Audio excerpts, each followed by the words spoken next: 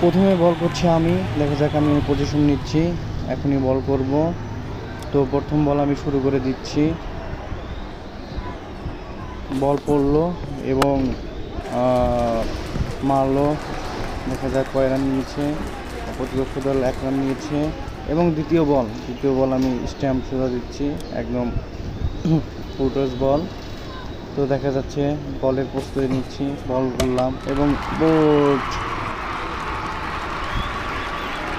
এবং দ্বিতীয় রাউন্ড, এখন আমি ব্যাট। তো দেখা যাক, আমাকে বল করছে, আমি পজিশন মতো দাঁড়িয়ে নিলাম। তো মারের প্রস্তুতি চলছে।